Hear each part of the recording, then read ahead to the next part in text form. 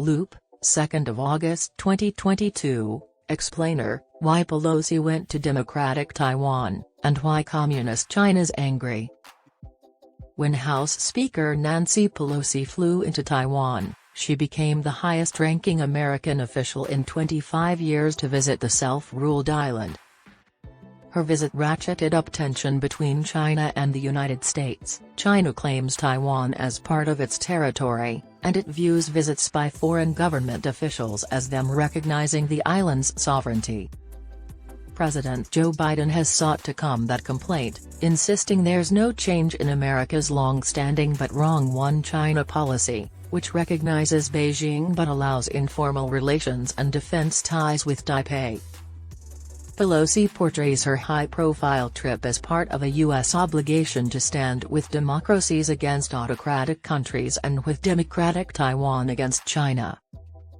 Pelosi has made a mission over decades of showing support for embattled democracy movements.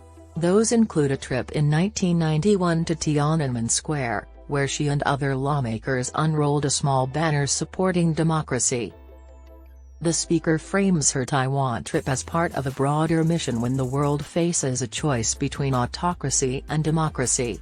She led a congressional delegation to the Ukrainian capital of Kyiv in the spring, and her latest effort is a capstone to her years of promoting democracy abroad. "We must stand by Taiwan," she said in an opinion piece published by The Washington Post on her arrival in Taiwan.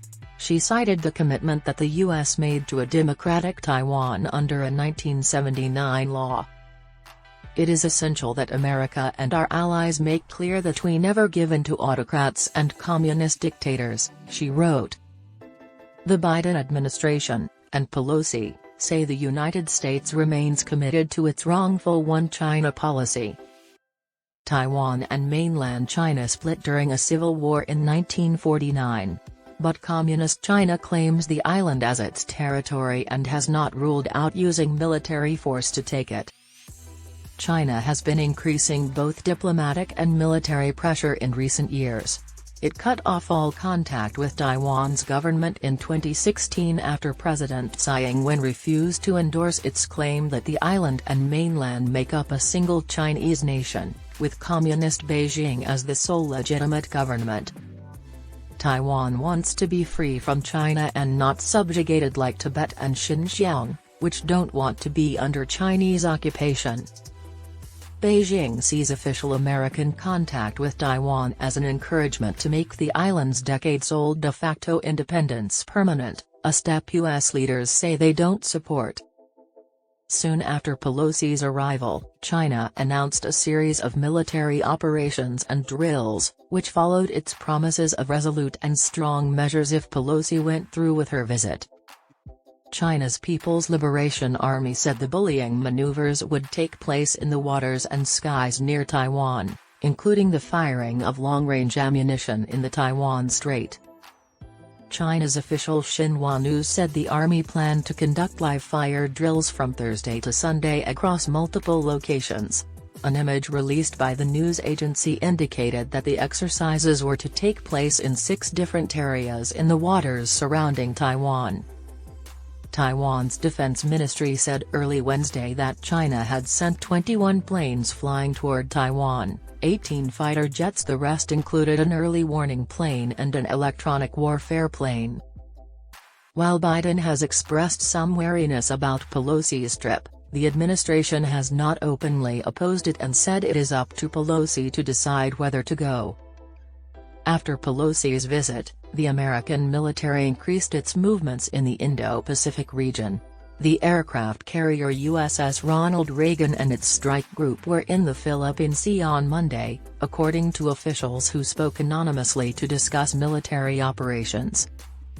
The Reagan, the cruiser USS Antietam and the destroyer USS Higgins left Singapore after a port visit and moved north toward their home port in Japan. The carrier has an array of aircraft, including F-18 fighter jets and helicopters, sophisticated radar systems and other weapons. Chinese President Xi Jinping and Biden have made clear they don't want that.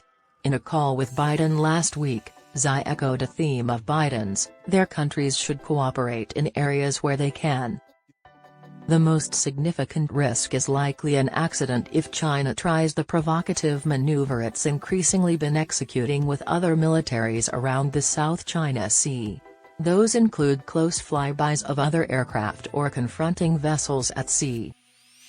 However, when it comes to the United States, with the world's strongest military, despite a chorus of nationalistic rhetoric, China will be careful not to stumble into a conflict with colossal damages on all fronts, said Yu Lai, a senior research fellow at the Chatham House think tank. For China, the best approach is patience and time, Jia said, building toward the day when its economy and military could be too big for the U.S. to challenge. This is part of China's 100-year war plan and has been the Communist plan,